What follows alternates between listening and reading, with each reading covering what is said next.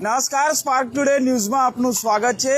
SIR આ કામગીરી સમગ્ર રાજ્યભરમાં થઈ રહી છે અને કેન્દ્રમાં પણ એટલે કે સમગ્ર દેશભરમાં આ કામગીરી થઈ રહી છે। ગુજરાતની જો વાત કરીએ તો જે પ્રકારે હવે SIની કામગીરી ધીમે ધીમે પૂર્ણતાના આરે છે, હવે તેમાં વાંધા અરજીની વાત આવી રહી છે ને કેટલાક લોકો દ્વારા એ વાંધા અરજી કરવામાં આવી હતી, પરંતુ વાંધા અરજી કરી ન હોવા છતાં પણ તેમના નામની આ નોટિસ આવી છે। આપ જોઈ શકો છો, હિતેશભાઈના નામની આ નોટિસ આવી છે। આપ જોઈ શકાય છે કે તેમને વાંધા અરજી કરી હોય તેવી અહીંયા નોટિસ દેખાઈ રહી છે। આપ જુઓ કે હિતેશભાઈ સંગઠિયા, તેમનો મોબાઈલ નંબર પણ સાચો છે, પરંતુ આખો મામલો ત્યારે સામે આવ્યો કે હિતેશભાઈની જે સાઈ છે તે ખોટી છે, એટલે આખો મામલો ત્યારે સામે આવ્યો છે। આ પ્રકારની અનેક વાંધા અરજીઓ કરવામાં આવી રહી છે।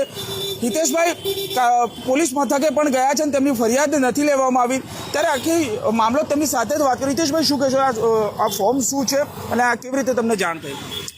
આ ફોર્મ 7 છે, જેની અંદર જે બી વોટર હોય સામેવાળો તેનું નામ કમી કરવા માટે કે તેનું નામ ઉડાવવા માટેનું આ એક ફોર્મ છે। તેમાં વાંધો વ્યક્તિ લઈ શકે છે। મને જે SIની કામગીરી કરે છે અધિકારી દ્વારા મને ફોન કરવામાં આવ્યો, મને કહે છે ભાઈ કે તમે એક મુસ્લિમ મહિલા છે એના નામનો તમે વાંધો લીધેલો છે।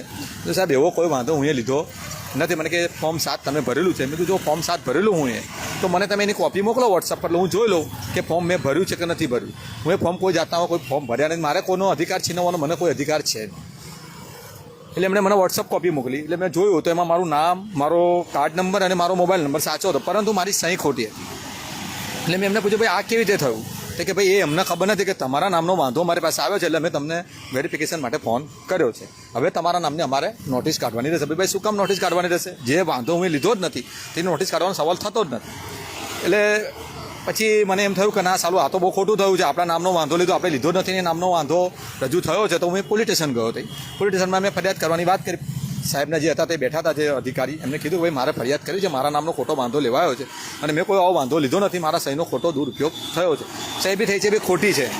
મારું કહેવું એમ છે કે કોઈ બી વ્યક્તિના નામનો વાંધો લેવાનો થતો નથી। સંવિધાને સૌને અધિકાર આપ્યા છે, એ પ્રમાણે બધા પોતપોતાની રીતે જીવે છે લોકો, બરાબર છે। તો મારું કહેવાનું એટલું જ છે કે કોઈ વ્યક્તિના નામે ખોટા વાંધા લઈને ખોટા એકબીજાને અથાડવા, અને હું બી એક સંવેદનશીલ વિસ્તારમાંથી આવું છું, હું એક હિન્દુ છું અને સામે જે વ્યક્તિ છે મુસ્લિમ વ્યક્તિ છે, કે મારે કોઈ મુસ્લિમો જોડે એવો કોઈ વાંધો જ નથી, જેમને હું ઓળખતો નથી એનો વાંધો લેવાનો મારે થતો નથી।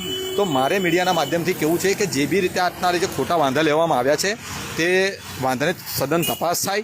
જે બી લોકોએ આ રીતે ખોટી સહીઓ કરીને અમારા વાંધા મૂકેલા છે તે લોકોની પર કાયદેસરની કાર્યવાહી થાય, CCTV કેમેરા ચેક કરવામાં આવે, તે લોકોને ધરપકડ થાય અને તે લોકોને આગળની કાર્યવાહી કરવામાં આવે। હિતેશભાઈ, સવાલ એ છે કે આપ પણ ભાજપના કાર્યકર છો, ના આ પ્રકારે તમારા નામે આ પ્રકારના વાંધા અરજી કરવામાં આવે છે, ક્યાંક મોટું ષડયંત્ર માનો છો? ષડયંત્રમાં તો એવું છે કોઈ બી પાર્ટીનો સમજો કે કોઈ વ્યક્તિ કરી શકે છે। આમાં એક મહત્વનો મુદ્દો સમજવા જેવો મુદ્દો એવો છે કે આ જે ફોર્મ છે તે પ્રિન્ટેડ ફોર્મ છે, તેમાં વ્યક્તિનો જેનો વાંધો આપણે લેવાનો છે તેનો ડિટેલ આની અંદર લખેલી છે, અને જે વાંધો ઉઠાઈ રહ્યો છે તેનું હાથથી લખવામાં આવેલું છે। એટલે અમે તો આની પહેલાં બી અમારે ઘણા ષડયંત્રોના અમે ભાગ બનેલા છે, અમારા પર ઘણા ષડયંત્રો કરવામાં આવે છે, એનાથી અમને કોઈ વાંધો નથી।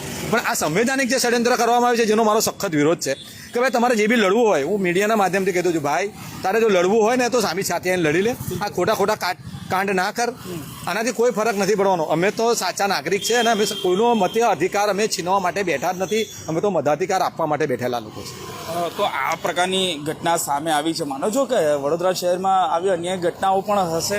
સાહેબ, વડોદરા શહેરમાં અન્ય ઘટનાઓ આજે તો અમારી આંખો તારે ખુલી અને ચોંકી ગયા અમે કે અમારા મહેશ રાણા નામનો એક કાર્યકર્તા છે, જે રોજ બિચારો સવારે 7 વાગે જાય સાંજે 8-10 વાગે આવે છે, પોતાના પરિવારનું ગુજરાન ચલાવે છે, એના નામે 300 ફોર્મ, અંદાજિત 300 ફોર્મ વાંધાના રજૂ કરવામાં આવ્યા। હવે તો એ ક્યારે અમને ખબર પડી કે જ્યારે મારી પાસે નોટિસ લઈને આવે, મને કે લાલાભાઈ હું તો ફસાઈ ગયો છું, બોલે આ તો મારા નામે નોટિસ આવી છે। એટલે મેં જોયું તેમાં ઓછામાં 12 થી 14 બૂથ, એક બૂથની અંદર 28 થી 30 જણના વાંધા લેવામાં આવે। તે જ સમયે એની પર એક જણનો ફોન આવ્યો કે ભાઈ તું તારા મનને સમજે છે શું? બોલે તું મારા નામના વાંધા લે છે, બોલે મેં તારું શું બગાડ્યું છે?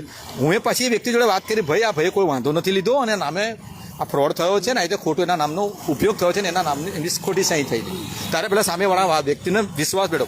હવે એ સામેવાળો વ્યક્તિ સમજો કે સારો સજ્જન વ્યક્તિ હોય તો વાંધો નહીં, એ માણસને જ્યારે પોતાનો મતાધિકાર જતો હોય, બરાબર છે, એનો હક જતો હોય તો સ્વાભાવિક છે કોઈ બી વ્યક્તિ ઉશ્કેરાઈને ગમે તે હુમલો કરી શકે, ઝઘડો કરી શકે, તો કરવાનું શું અમારે? તો મારું કહેવાનું મીડિયાના માધ્યમથી એટલું જ છે કે ભાઈ જે બી આ કરો છો આની સઘન તપાસ કરો, અને જે આવા દુરાચારીઓ છે ને, પાપીઓ છે ને, એનો ન્યાય કરો, એ લોકોને સબક મળે એવો તમે દાખલો બેસાડો મારી વિનંતી. હિતેશભાઈ, હવે સવાલ એ છે કે હવે આ સંવિધાનિક પ્રશ્ન છે કે સરકારનો આ પ્રશ્ન છે, તો હવે માનનીય કલેક્ટર સાહેબે પણ આમાં ગંભીરતાથી તપાસ કરવી જોઈએ. માન્ય કલેક્ટર સાહેબ તો સીધી નોટિસો જ કાઢે છે.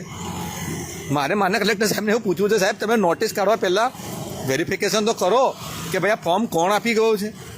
તમને કોઈ જથ્થાબંધ આપી ગયું હશે, કોઈ સિંગલ આપી ગયું હશે. કોઈનો વાંધો હોય તો એક વ્યક્તિનો વાંધો હોય, બે બંધી વ્યક્તિનો વાંધો હોય. અને હું તો કોઈ વાંધો હોય શું કામ ભાઈ? એને જે અધિકાર સંવિધાન આપે, જે અધિકાર મને આપેલો છે, તો કોઈ વ્યક્તિના મારા નામે અંદાજિત 27-30 વાંધા છે, તો હું શું કામ જે વ્યક્તિનો ઓળખતો એનો વાંધો હું શું કામ લઉં? અને એક વ્યક્તિના નામે 300, કોના નામે 350, એટલે 400 વાંધા. આટલા બધા વાંધા થોડા લેવાના હોય ભાઈ? અને વાંધો લેવાનો અધિકાર છે જ નહીં ભાઈ. એને બાબા સાહેબ ભીમરાવ આંબેડકરે જે સંવિધાનમાં અધિકાર આપેલા છે એ અધિકાર છીનવવાનો આપણે કોઈ અધિકાર જ નથી ભાઈ. તો આની સઘન તપાસ થવી જોઈએ અને જે દોષી છે એના પર કડકમાં કડક કાર્યવાહી થઈ.